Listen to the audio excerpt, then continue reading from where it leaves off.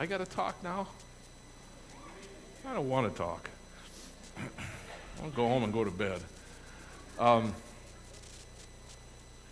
Do you ever notice how much energy Larry has? He makes me tired. I'll tell you, I've never seen anybody just as bubbly and as I'm watching him up here, and I'm like, I got to take a nap. That's a lot of energy burned in a short period of time. I don't know how he sustains it. Oh, yes, I do. Have you ever seen Larry eat?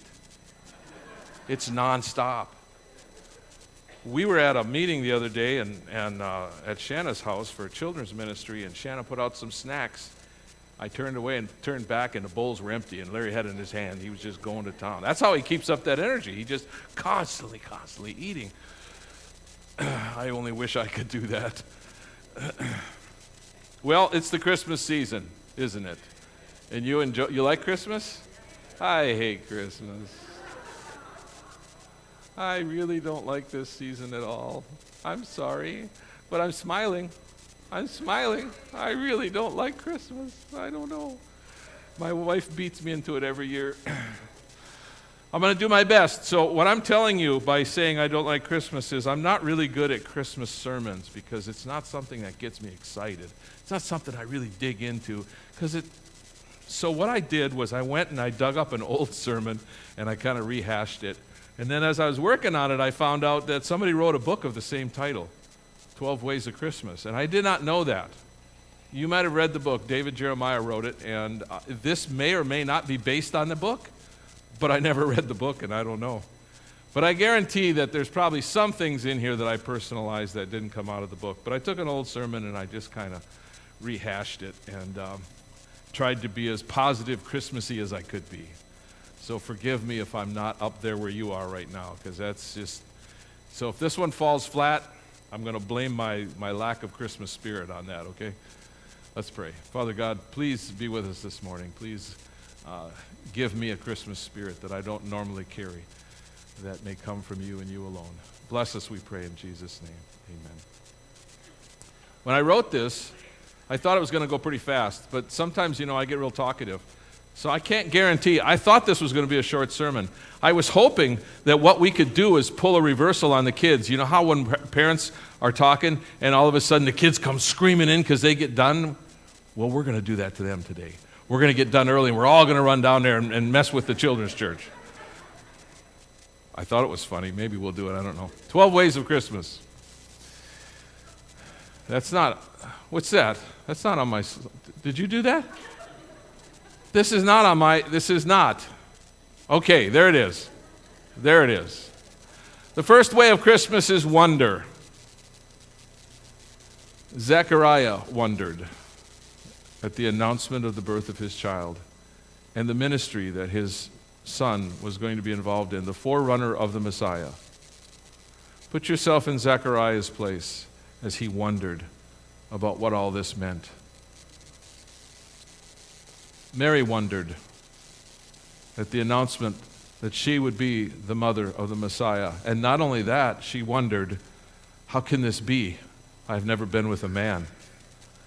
She also wondered how her future husband was going to take this when he found out she was pregnant and it wasn't by him. And so Mary wondered a lot at the Christmas season. Joseph wondered whether he should put this woman aside. And when the angel came to him, I can only imagine what Joseph wondered as he thought about what was going to happen as he was taking this pregnant woman that he wasn't even married to yet and taking her down to Bethlehem. How would my family react? So there was a lot of wonder going on at the first Christmas. The shepherds outside of Bethlehem wondered. They wondered when that light came on and it was so bright and the angels started singing and they were literally knocked to the ground because of the brightness of the angelic host. And they wondered, why us? Why are they announcing this to us? We're just simple, poor shepherds. Why aren't they announcing this in the temple? Why aren't the priests and the Pharisees? Just imagine the wonder as the shepherds were confronted by the angels. Simeon wondered. You remember the story of Simeon? He had been told that he would see the Messiah before he died. And when the child was brought to him, he was in amazement and wonder because he got to hold the Christ that was promised before he would die. And the people in the temple wondered when Anna, the prophetess, started to announce and carry the baby around saying, "This is the one we've been waited for." And all of the people are wondering, what is this old woman talking about? There was wonder at the first Christmas. Do we ever wonder about the greatness of the gift of Jesus Christ? Do we have the same sort of wonder in our lives? Or do we wonder how we're going to pay the bills after Christmas? Or do we wonder if we're going to fall off the ladder when we're taking the decorations down? Maybe this Christmas we should wonder about the Christ child and what he means to us and this world. The Magi must have wondered. They must have wondered when they saw the star that they had been waiting for.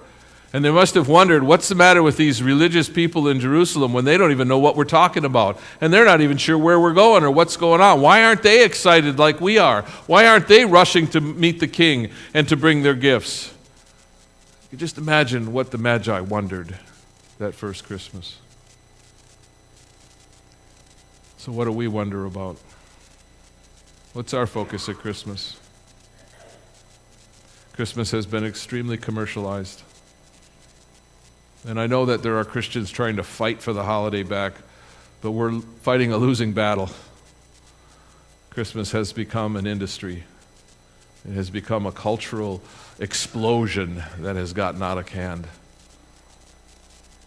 What would it be like if at Christmas morning there was no presents and you sat around and you wondered about the first Christmas?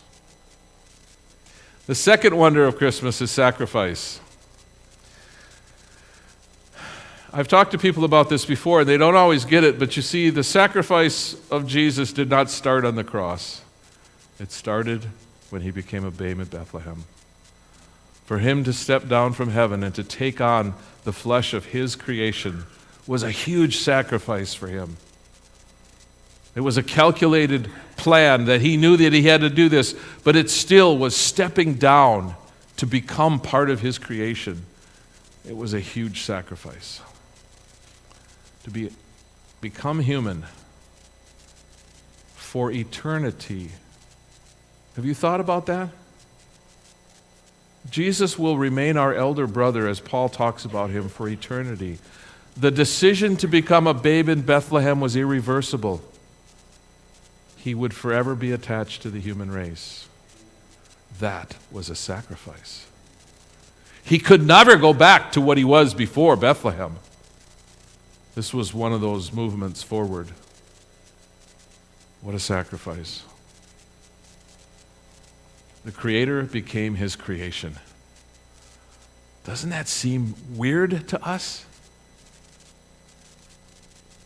I heard a sermon illustration one time, and I think I might have said it here once before, and it's always impressed me. The illustration was this. Imagine you were a little child, a little boy who had one of these ant farms. Remember those ant farms you used to get out of the comic books? Mail order, they'd come to your house. I had one as a kid. I killed them within a week. But, you know, these little ant farms. Imagine you as a little boy loved those ants to pieces. You loved them so much, and one day you find out that they had a terminal disease and they were all going to die. And the only way that you could save their life was to become an ant. But if you did, you had to stay an ant forever. That's kind of what Jesus did. He stepped down. He minimized himself. He put himself in a human body that never restricted him before. And he did it for us. The sacrifice began in Bethlehem. So how do we consider sacrifice in our Christmas season when we think of the sacrifice of Jesus? Sacrifice sleep when we get up, stay up late and decorate the house and get up early to celebrate Christmas? Where's our sacrifice? Have we thought about Christ's sacrifice and applied it to our lives? The third way of Christmas is humility. Have you ever heard of the holiday called Mimas? Well, it used to be called Christmas, but now it's called Mimas, you see. because it's all about my schedule, my diet, my wish list, my parking space, my vacation, my holiday rituals, my, and Christmas has become more about me than it has been about Jesus. The humility of Jesus. When he became a babe in Bethlehem, it wasn't all about him, was it? He came into the lowliest place possible. He didn't show up at the temple, he showed up at a barn. A stinky barn, a smelly barn. The animals were more intent around him than the people. Humility is the third item. The fourth way of Christmas is charity. Charity comes from the Latin word meaning dear affection. It's a word to describe an action, not a feeling. Charity is an action, not a feeling. The innkeeper practiced charity in giving Mary and Joseph the stable. It was all he could do, but he gave them something, and it was an act of charity on the first Christmas. What kinds of acts of charity do we involve ourselves in on the Christmas time?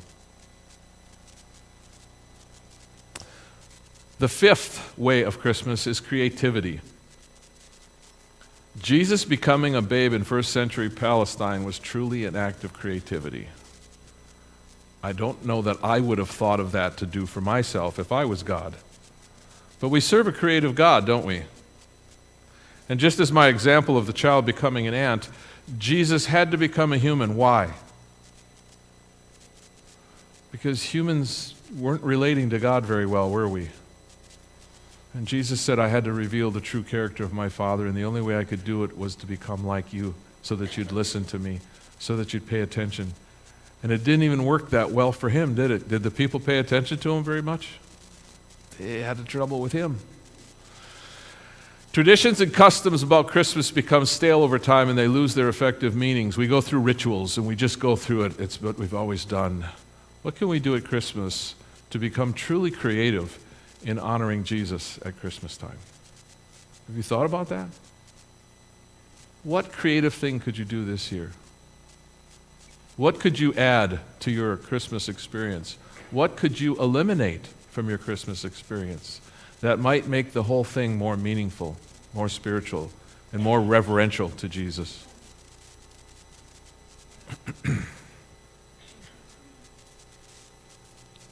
I know if you have little children, this is really tough.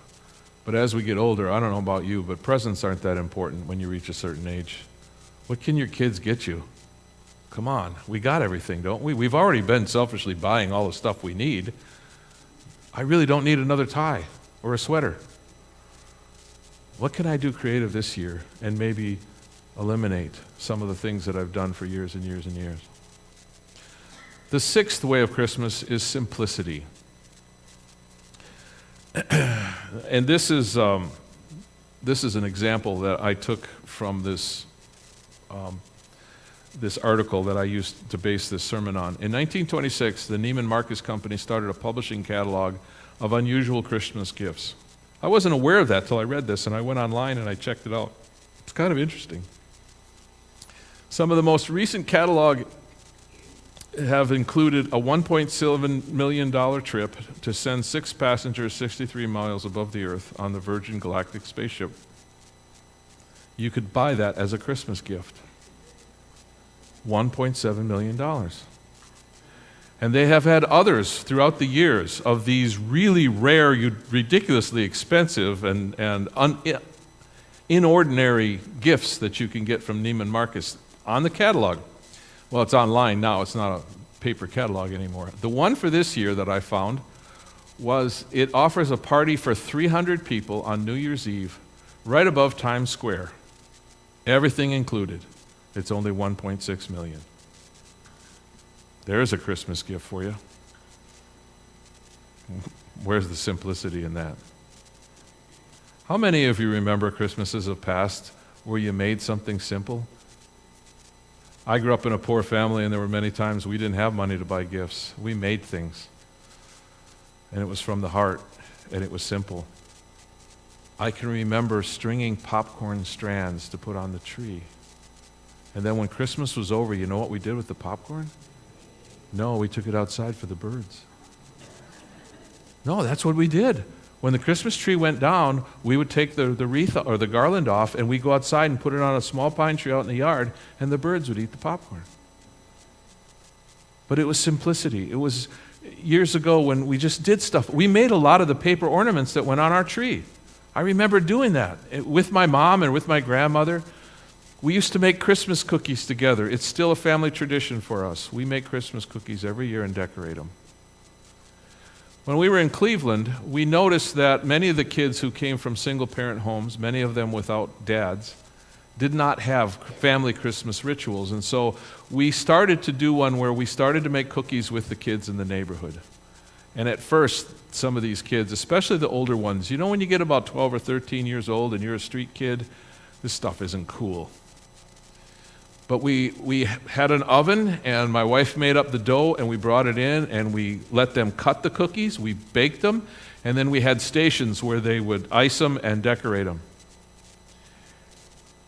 You would not believe the transformation that these kids had, that they got so excited that they were able to do this. Now, we gave each of the kids a little package of cookies to take home, but the rest of them we took to a nursing home and gave to the elderly. And we told the kids that at the beginning, that this wasn't just for you, but it was going to be, you'll get some cookies because you helped make them, but these are for some of the people who were in the nursing home. The kids loved it. In fact, we had a 13-year-old boy who came in there at first who was too cool and he wasn't going to help. At the end, he could not stop making cookies and wanted to make more. But simple things that sometimes we forget are just as meaningful as the extravagant Neiman Marcus style. So how can simplicity become a part of your Christmas experience this year? What can you do as a family that would be simple but yet meaningful for the long term, to remember the family and Jesus at this time of the year?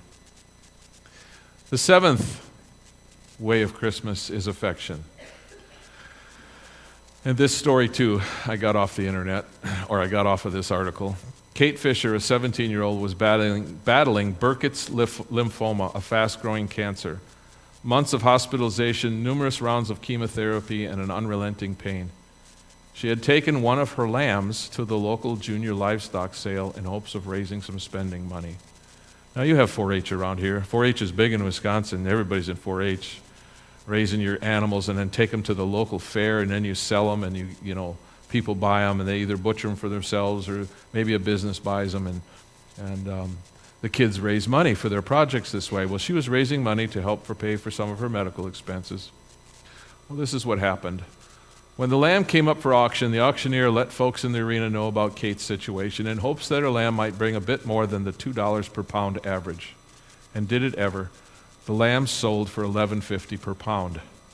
But then the buyer gave it back so it could be sold again. Every time it would sell, a cry of resell could be heard, and the lamb would be sold again. Families, businesses bought and sold Kate's lamb 36 times for a total of $16,000 that went to help pay for her medical expenses. The last buyer gave Kate back the lamb to her to keep for good. That's affection. And that's what happens in small communities where people care for each other. They go out of their way to show their affection. Do you think this lamb was really worth $16,000 on the market? No, but Kate was. Kate was. Where's true affection being displayed in your Christmas experience this year? We really have to recover Christmas in a biblical sense and move away from commercialization. I know it doesn't happen in one step, and I know it's hard when you have children, but how do we recover the true meaning of Christmas unless we start to move in this direction? The eighth way of Christmas is reflection.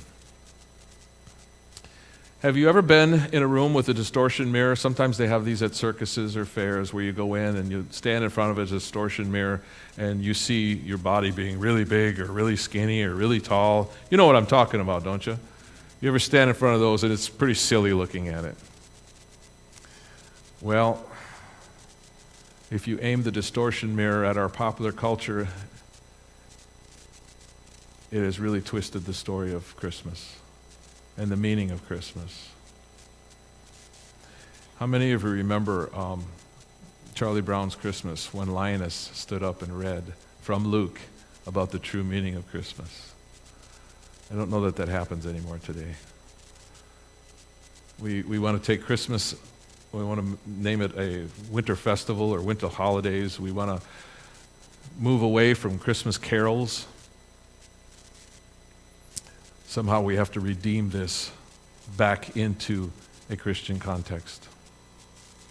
The humility and poverty of the stable are somehow confused with wealth and indulgence and selfishness and gift-giving. The quietness of Bethlehem is mingled with the din of shopping malls and freeway traffic. How many of you actually get tired during the holiday season, chasing after all the things that you think you should be doing? I've got to get presents, I've got to get cards out, I've got to do this, I've got to make this, I've got to bake this, I've got to get ready for the Christmas pageant. The last week or so, my wife has been fervorously sewing angel costumes for the Christmas pageant at school.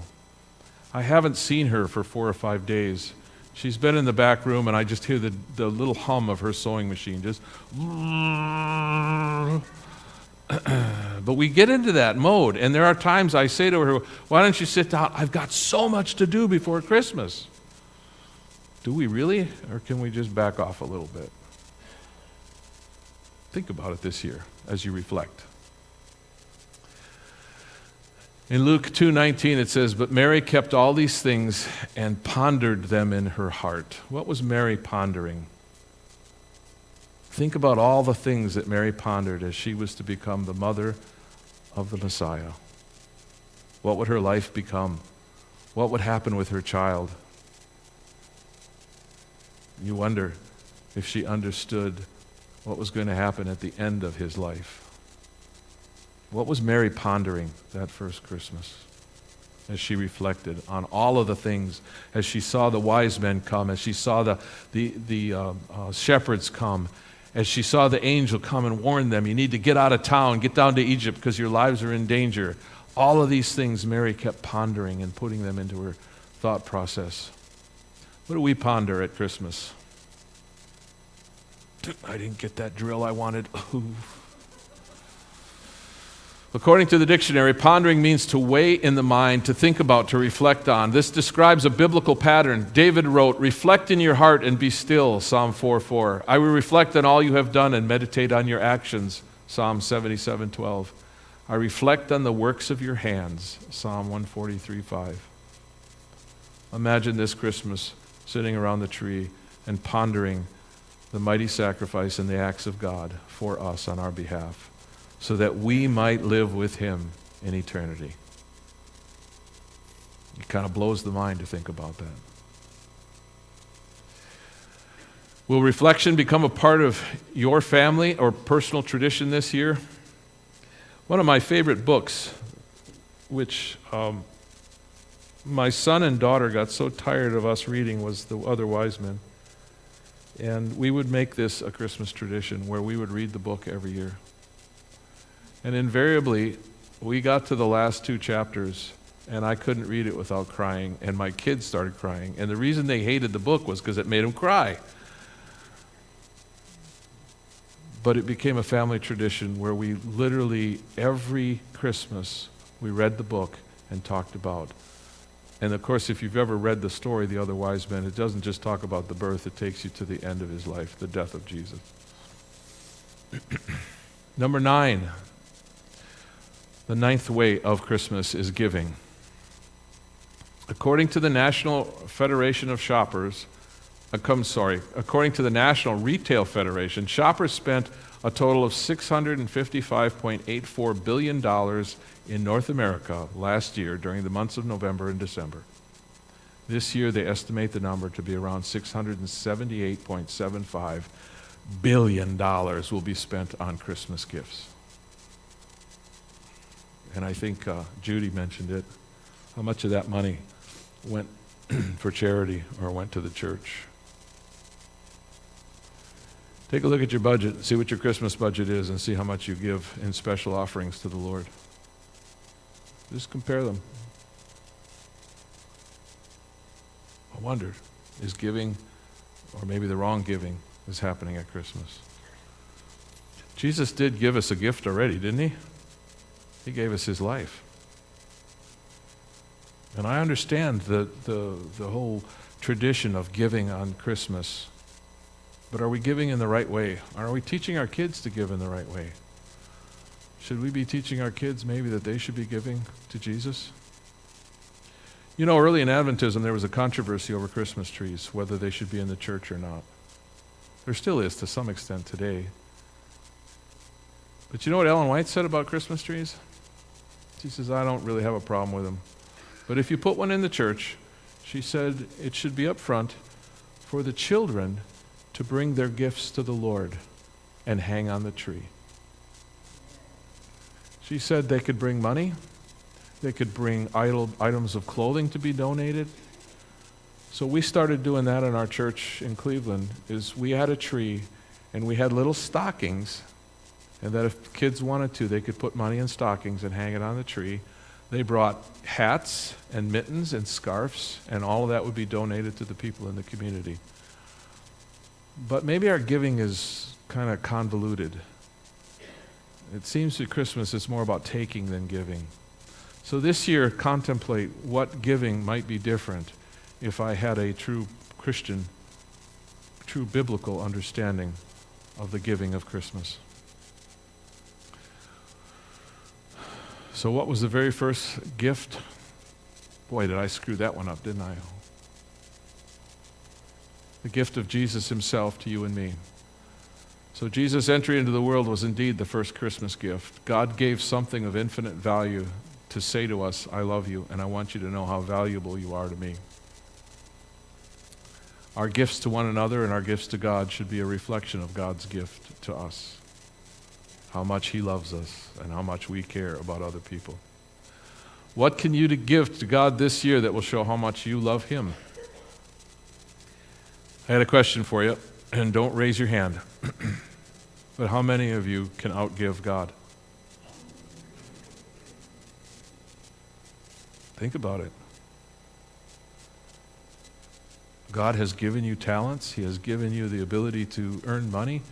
He has put a house over your head. He has given you all kinds of wonderful gifts. Do we respond in like kind, that we give back to him generously as he gives to us? Number 10, music. Now, for the most part, I don't have a problem with Christmas hymns except when they start maybe in October and go till January, the end of January, which seems to be the situation in my house. My wife and daughter love Christmas music, and it is playing 24/7 when the radio is on or the CDs are on. We always leave the radio on for the dog, and it's playing Christmas music. I walk in the house and it's like, oh. But I want you to think this year about music. A group of Christian businessmen visited the United States with news about some of what's happening in North Korea. Now, this is a few years ago. This isn't recent. There's been terrible persecution, and thousands have died for their faith for Christians in North Korea. Yet many still worship despite the danger and death and threats. When they gather together, it's in complete secrecy, and when they sing, it's done in silence. They open their mouths in unison, but they allow no sound from their voices for fear of being overheard.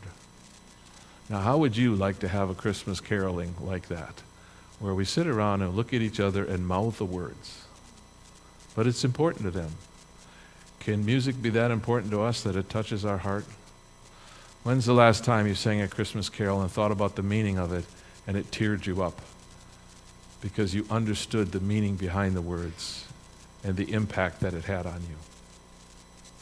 We should be rejoicing because we can sing loud and we have wonderful musicians and they lead us. And I don't care what kind of a croaky voice you got, sing with all your heart. It's not like they have it where they can't sing out loud. Imagine what it would be like to attend a Christmas program this year and to simply mouth the words. Imagine not being able to hear any music. it is a privilege to sing Christmas songs. When you hear a carol, pause and sing along, allowing your mind to focus on the words and enjoy spontaneous moments of worship.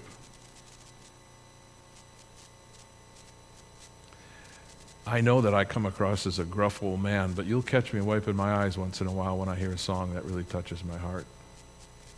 And there's worship happening inside of me as I think about what those words mean in the grand scheme of salvation. Number 11, Christmas is about Jesus. Maybe that should have been number 1.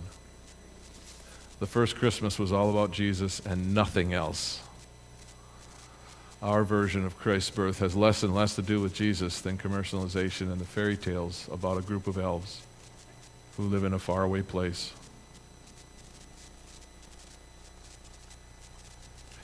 So how do we put Jesus back in the center of the holiday? I don't know, maybe take a tree out and put a manger in your house. Just a suggestion. Put lights on it, though, because we got to have Christmas lights. That's a... And the last, and I got done early. I told you we were going to go down there. This is the last one, the Advent. The 12th way of Christmas is the Advent. Now, many churches call this time of year the Advent season. I did not grow up an Adventist. I grew up Lutheran, and the 6 weeks? I think it's 6 weeks before Christmas is the Advent season. And we had an Advent wreath out there. And in this Advent wreath, there was white candles. And in each candle was lit every Sunday before Christmas. And then the Christmas day, you lit the one in the center, which was usually red. And so it was a countdown calendar for us in the church, for the kids, because we knew that more candles were lit the closer we were to Christmas. But it's called the Advent season for a reason, because Advent really means the coming or the appearing. So the first Advent of Jesus was the first coming, and he came as a babe in Bethlehem, and many of us really think of that fondly because, you know, a babe is never thought of dangerously. A babe never expects much of us. A babe just coos and is pretty, and we love the hearing of the cooing sounds, and we love to smell the baby smells and hold the baby, and Jesus as a baby is non-threatening. But Christmas is about the advent of Jesus, and the Bible doesn't speak of just one advent of Jesus. It speaks of a second advent of Jesus. But the second advent, Jesus is not coming as a little babe, is he? He's coming as a conquering king. He is coming to take his children home with him.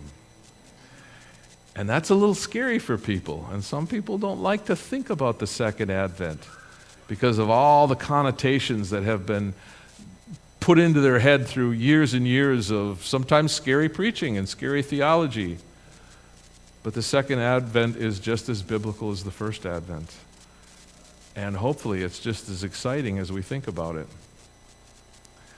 During this Advent season, can we push back the memories of the past and look to the future when the second Advent will surely take place? The first Advent should make us think that we are glad to be Adventists proclaiming the soon coming of Jesus. So this may have fallen on dead ears, and you might think, this guy's full of hooey. But if you take one or two of these and apply it to your Christmas, it could be different this year. It could be more meaningful.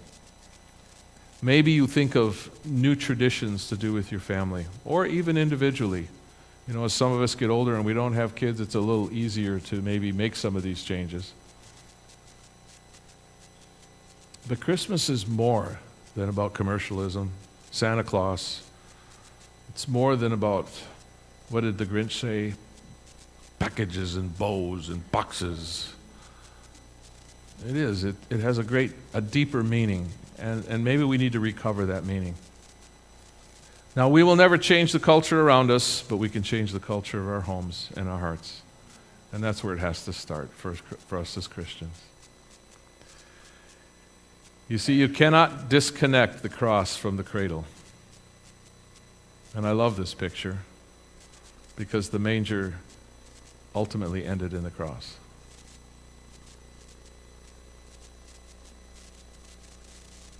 And the final ending will be in the coming of the clouds of the conquering King. I look forward to that day, and I hope that there's not too many more Christmases that I have to enjoy before that happens. Because I want to go home.